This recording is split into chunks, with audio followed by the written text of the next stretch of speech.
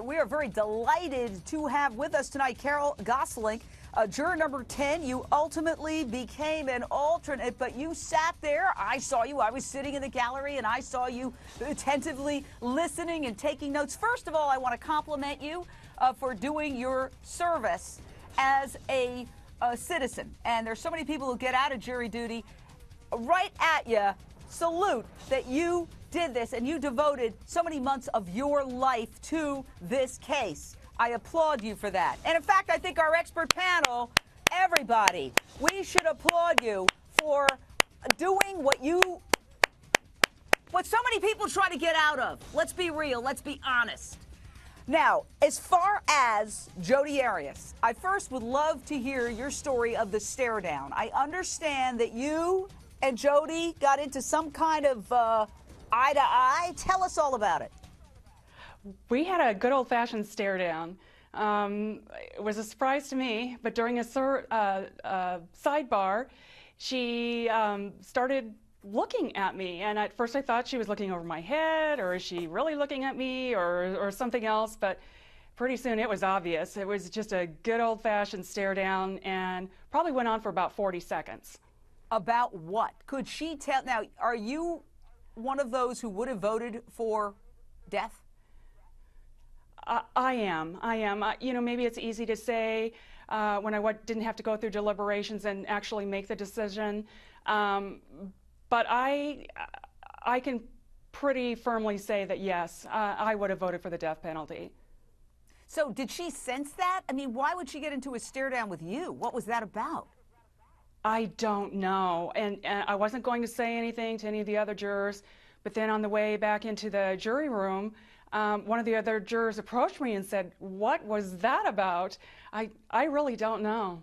Now, you just heard a controversial comment by one of our panelists, and I can't control what's going to come out of their mouths, but I do like Wendy as a person, but she's known for controversy. She said something to the effect of, you know, there's a lot of men on the jury, she's an attractive woman, there was a lot of porn, sex talk, and felt that maybe that played a factor consciously or unconsciously. What do you think? I honestly don't think that gender was a major issue, and we talked about that with the judge after everything was over, and no one really thinks that gender was the issue.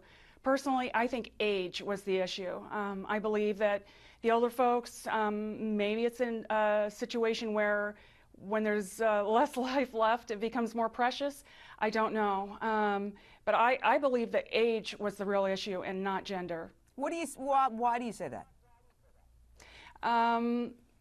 I do, in fact, know who voted which way. I can't share that. We agreed not to share that. And I would also, at this point, I would worry about the safety of the folks that did vote for life versus the death penalty. I just would not want to take the chance of something happening. But you said age is a factor. Why?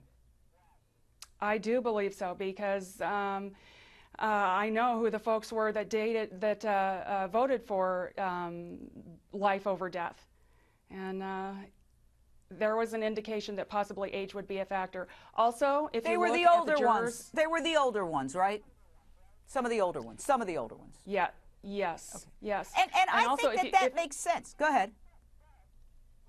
Well, if you look at what happened during the trial, the ones that were dismissed and then the ones that were chosen for alternates, 5 of those folks, there were 6 total, 5 of them were 50 or less. And one was an older person, was an older gentleman. So in other words, you're saying that the younger people got filtered out, and in the end it was more older people, which is what my verbal and my eyes told me. And I think you're right. Carol, I think that older people probably reacted with a lot more shock to the sex tapes. The younger people, and I always include myself in that category, even though I may not, maybe I shouldn't, but you know, these days we hear everything and nothing shocks us. But for older folks, some of that language might have really been a lot more